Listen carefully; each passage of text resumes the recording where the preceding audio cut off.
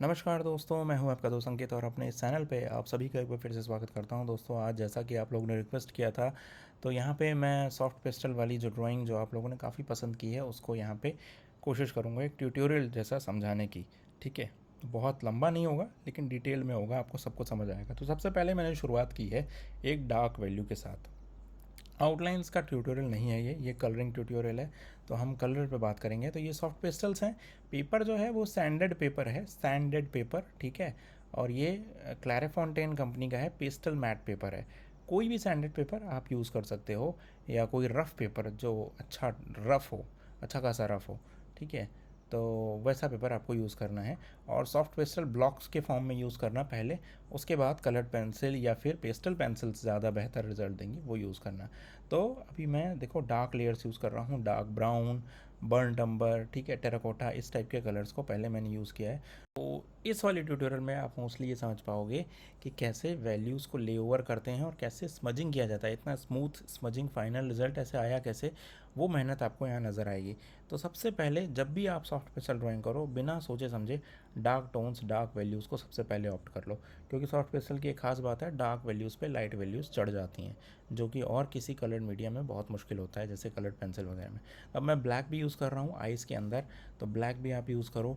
Dark values पहले ले आओ, उसके बाद लाइटर टोन्स वैल्यू, और सबसे ज़्यादा हाईलाइटेड वैल्यू को आप सबसे बाद में लेके आओ। मतलब पूरी रिवर्स इंजीनियरिंग चलती है इसमें, रिवर्स प्रोसेस है।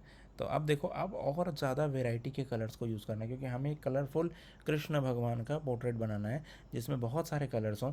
तो ये इस तरह से मैं वहाँ पे ले रहा हूँ। रेफरेंस भी इसका था, बट रेफरेंस इतना इंपॉर्टेंट नहीं है, क्योंकि यहाँ पे जो ड्रॉ किया है मैंने, उसमें थोड़ा अपना इंटरप्रिटेशन भी यूज़ किया है, कुछ चेंजेस अपने खुद से भी किए हैं मैंने कलर्स में भी।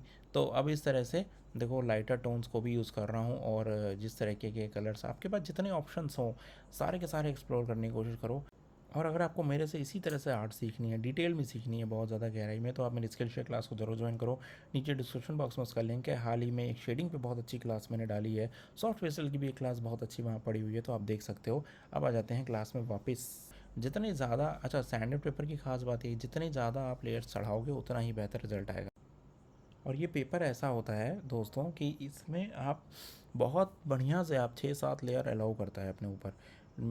कॉन्टीन्यूस पनिशमेंट आपको एक्सेप्ट करता है ये पेपर। जनरली सॉफ्ट पेस्टल के जितने पेपर्स आते हैं नॉर्मल लेवल पे, वो ज़्यादा लेयर्स को अलाउ नहीं करते। 3 या 4 लेयर तक अच्छा रिजल्ट देते हैं। कैंसन मीटाइंस भी 3-4 लेयर तक ही अलाउ होता है। लेकिन जो स्टैंडर्ड पेपर है, चाहे किसी भी कंपनी का हो, ये एक जैसे हमारा एक रफ़ पेपर आता है मार्केट में, इसको मैं कंपेयर करूँ तो जैसे कैसे आपको एग्जांपल दूँ, वो मैं सोच रहा हूँ। सैंड पेपर जैसे मार्केट में मिलता है ना, सैंड पेपर, वैसे सैंड पेपर जैसा ही पेपर होता है। और उसके बहुत कम टीथ वाला, 0 नंबर से भी और कम नंबर वाला, 00 इस टाइप का कुछ नंबर वाला पेपर आप सोच सकते हो उसको, उतना ही रफ़ होता है ये। तो उसमें टीथ्स होते हैं बहुत सारे, तो वो अलाउ करते हैं अपने ऊपर बहुत सारे लेयर्स को चढ़ने का। और ऐसा नहीं है कि ये इसी पेपर पे बन सकता है। एक बात और बता दूं आपको, मैंने इसी चैनल पे बहुत सारी ड्राइंग और भी डाली हुई है, वो आप देखना, जिसमें मैंने हनीकॉम डक्शर्ट पेपर भी यूज़ किया है, कैंसन मिटाइंस भी यूज़ किया है, और जितने सॉफ्ट पेस्टल के पेपर्स आते हैं, ब्रूस्ट्रो वगैरह, उनको भी यूज़ करके बहुत अच्छी ड्राइंग्स मैंने फिनिश करने की कोशिश किया है। तो वो भी है, वो भी आप कर सकते हो। आप खुद से भी सैंड पेपर बना सकते हो, मैंने उस पर भी वीडियो बनाया हुआ है, आप देख सकते हो चैनल पे जाके, how to make your own pastel paper, ठीक है। तो ये सारे ऑप्शंस आपके पास रहते हैं। कभी भी ये मत सोचना कि आर्टिस्ट के पास ऑप्शंस नहीं है या ये नहीं है इसलिए मैं नहीं ड्रॉ कर सकता, ऐसा कुछ नहीं होता। आपके पास जो ऑप्शन है उसको यूज़ करो और अपने ऑप्शंस खुद से क्रिएट करो। अब देखो, यहाँ पे मैं चारकोल पेंसिल यूज़ कर रहा हूँ। ये मैं इसलिए कर रहा हूँ कि हालांकि मेरे पास पिस्टल पेंसिल भी हैं, लेकिन चारकोल पेंसिल इसलिए कर रहा हूँ कि जैसे कुछ लोग बोलते हैं पिस्टल पेंसिल्स नहीं है हमारे पास, तो क्या करें, तो उसकी जगह आप चारकोल पेंसिल यूज़ करो। ब्लैक चारकोल पेंसिल और वाइट चारकोल पेंसिल तो मोस्टली सबके पास है ही है, तो वो आप यूज़ कर सकते हो। और यूज़ करने के बाद आप देखो, ऐसे धांसू रिजल्ट्स ला सकते हो। तो अगर जहाँ पेंसिल्स को यूज़ करना है, वहाँ चारकोल पेंसिल आप आराम से यूज़ करो। अब आप देखो कि मैं कुछ ब्लू टोन्स को भी यूज़ करना शुरू कर रहा हूँ, जो कि हमारा मेन स्किन टोन का जो कलर है वो ब्लू टोन ही है। तो हम कृष्ण भगवान को ड्रॉ कर रहे हैं, जैसे मैंने बताया आपको। तो ब्लू टोन्स बहुत अच्छा रिजल्ट देती है। और इस तरीके से, जैसे मैंने आपको बोला था कि आप वाइट चारकोल यूज़ करके इस तरह से देखो, आइज़ के अंदर हाईलाइट देना हुआ, या कुछ फिनिश करना हुआ वो वहाँ पे आप वाइट चारकोल पेंसिल को यूज़ करो।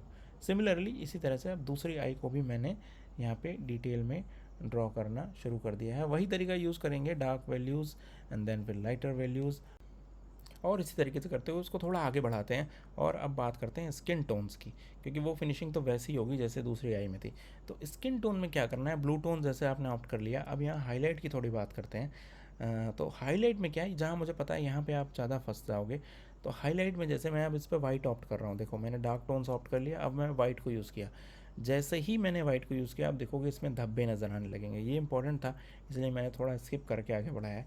तो इन धब्बों से आपको जो है डरना नहीं है। आप सोचोगे कि इस तरह से धब्बे पड़ गए तो सारी जो ब्लेंडिंग थी, क्योंकि डार्क कलर्स में आराम से स्मज होता है, लाइटर टोन जितनी है उसमें बहुत मुश्किल आती है, तो आपको यूज़ करनी है फिंगर्स इस तरीके से।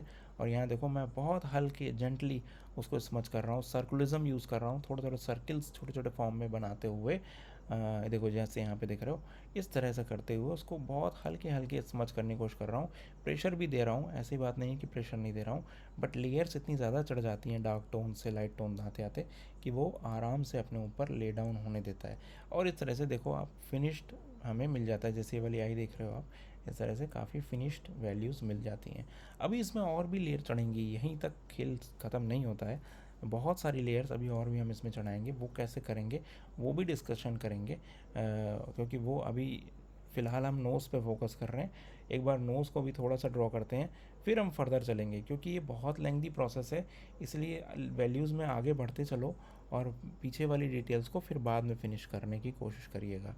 नोज़ पे आ गए, देखो नोज़ में भी मैं यही कोशिश कर रहा हूँ कि पहले टेराकोटा कलर को यूज़ करूँगा, डार्क कलर्स को यूज़ करूँगा, नोज़ के सराउंडिंग में थोड़ा ह्यूमन वाले कलर्स को भी यूज़ करने की कोशिश कर रहा हूँ, मतलब भगवान वाले कलर नहीं, इंसानों वाले कलर, जैसे कि फ्लैश टिंट वगैरह को यूज़ करने की भी कोशिश करेंगे, ताकि एक मिक्सचर बने, एक बहुत अच्छा एक आँखों को सुकून देने वाली जो ड्राइंग है वो बनाने की कोशिश रहेगी यहाँ पे।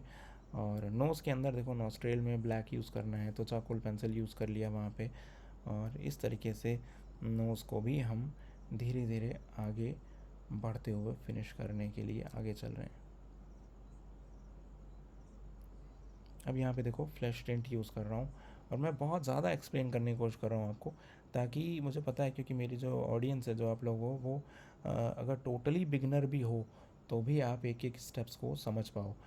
मुझे पता है बहुत सारे लोगों को लग रहा होगा कि बहुत ज़्यादा चीज़ें डिटेल में बताने की कोशिश कर रहे हो, लेकिन ये इसलिए भी है क्योंकि जो बहुत सारे लोग हैं जो बिल्कुल वेरी बिगनर हैं उनको आसानी से चीज़ें समझ में आए। अब देखना यहाँ पे बड़ा ड्रामेटिक मिक्स होगा, क्योंकि वो फ्लैश कलर्स हैं जो ह्यूमन बॉडी के होते हैं, और उसमें मैं मिक्स कर रहा हूँ ये वाले कलर्स जो कि भगवान जी वाले कलर हैं, ब्लू हो गया, सी ग्रीन हो गया।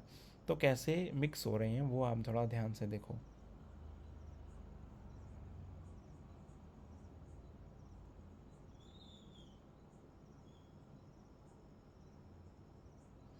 यहाँ मैं बहुत ज़्यादा ध्यान रख रहा हूँ, ध्यान से चल रहा हूँ, और मिक्सिंग में बेस कलर्स को, बहुत सारे बेस कलर्स को लगातार ले रहा हूँ। और ये वाली लेयर जो मैंने ऑप्ट करी है, अब यहाँ पे जब हम मिक्स करना शुरू करेंगे तो ये ब्लेंड होने लग जाएगा, स्मज होने लग जाएगा उसी के अंदर। ब्लेंडिंग देखो प्रॉपर हमारी, इसका मतलब अब हो गई।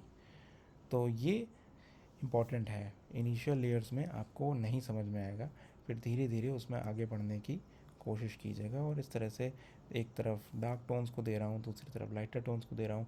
और एक चीज़ ज़रूर ध्यान रखिएगा, सॉफ्ट पेस्टल में हमेशा ही फिंगर यूज़ करनी पड़ेगी आपको, फिंगर्स के अलावा और कोई ऑप्शन आपके पास नहीं होता। तो कोई ये सोचे कि हैंड्स से करना गलत है या कैसे करूं, तो वो नहीं चलने वाला काम।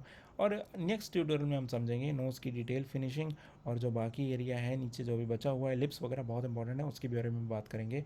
तो फिलहाल इतना ही फ्रेंड्स, प्लीज़ इस चैनल को सब्सक्राइब जरूर कीजिएगा। Thank you so much.